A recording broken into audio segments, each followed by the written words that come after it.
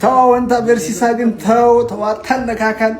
የኦሮሞንና የኦሮሚያን ሀብት ዘርፋችሁ በሰላም መኖር አይቻልም አሉ የኦሮሚያ ምክትል ፕሬዝዳንት አቶ አወሎ አብዲ ናቸው እንደዚህ የሚሉት። እናዳምጣቸው። ኦሮሞ ሀተኒ ኦሮሞ ሳመኒ ፈያ በውን እንጂ ወሪ ዋፉፉ ሁን ገርገሪ ፈያለን ቀብ ሜላላም ሁን እንድኩሰተ ሁን ፕሬሸሪ ቀበ ሁን ሱካራ ቀበ ካን ካንሰሪን ፍታጅ ወያኔ ሙአሲ ቢየሳምቴ ደምት ኢብዱመ ፍቴጅ ረየረለ ከናብ ቀበን ነው መታ ሳመኒቲ ነጋ እንጅራቹ እንጅሩ የኦሮሚያ ፕሬዝዳንት ሽመልስ አብዲሳ ሌቦችን በቦክስ በሏቸው ብለው ነበር።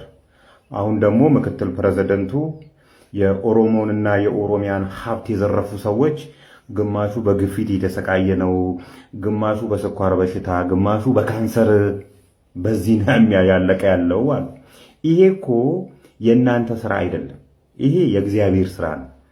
እያየናቸው ነው። እርግጥ ነው ሌቦች እነሱ አይደለም ወደ ልጆቻቸው የሚተላለፍ ግፍ እንዳለባቸው ሁላ በአይናችን እያየን ነው። ስም ጠቅሰን መነጋገር እንችላለን። ግን እናንተ አይደላችሁም ይሄ ሪዛልት ያመጣችሁት፣ የእግዚአብሔር ሪዛልት ነው። የእናንተ ምድራዊ ውጤት ማምጣት ያለባችሁን ስራ ግን እየሰራችሁ አይደለም። በኦሮሚያ ውስጥ እስቲ የትኛው ቢሮ ነው ሌብነት የሌለው?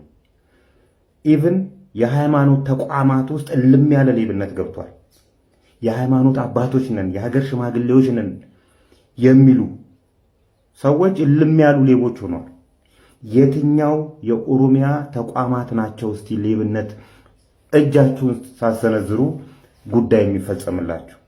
የፍትህ ተቋማት ጋር ፖሊስ በለው የተለያዩ አስፈጻሚ አካላት ያለ ብር አይንቀሳቀስም። ይሄ ውጤቱ ምንድነው? እናንተ ሌብነትን ለመከላከል ቁርጠኛ አይደላችሁም ነው። ቁርጠኛ ለመሆናችሁንና ይህን ስራ ባለመስራታችሁ ምክንያት የመጣ ነው። ይሄ በየትኛውም በኦሮሚያ ክልል ውስጥ ያሉ የመንግስት መስሪያ ቤቶች ላይ እጅህን ከዘረጋህ ብቻ ነው ነገሮች በአጭር ጊዜና በጥራት የሚፈጸምልህ። ስለዚህ ቁርጠኛ እስካልሆናችሁ ድረስ የእግዚአብሔር የሰራውን ስራ እየጠቀሳችሁ እንደዚህ መሆን አይቻልም ሳይሆን ከናንተ በላይ እርሶ የኦሮሚያ ክልል ምክትል ፕሬዝዳንት ኖት። እርሶና ፕሬዝዳንቱ ቁርጠኛ ሆነው ወደ ተግባር እስካልተገባ ድረስ እንደዚህ በማለት በማስፈራራት የሚሆን ነገር የለም። እየኖሩ እያየናቸው ያሉ ሰዎች ብዙ ናቸው። ስለዚህ ቁርጠኛ አቋም ይኖራችሁ ወደ ስራ ግቡ። ካልሆነ ትክክል አካሄድ አይመስለኝምና እንደዚህ በየስብሰባ ላይ እየተገኘን ግማሹ በቦክስ በለው ግማሹ ደግሞ ካንሰር እናንተን ይይዛቸዋል ብለን ከተውናቸው ሀገራችንን ለሌቦች አስረክበን ነው አርፈን ቁጭ የምንለው።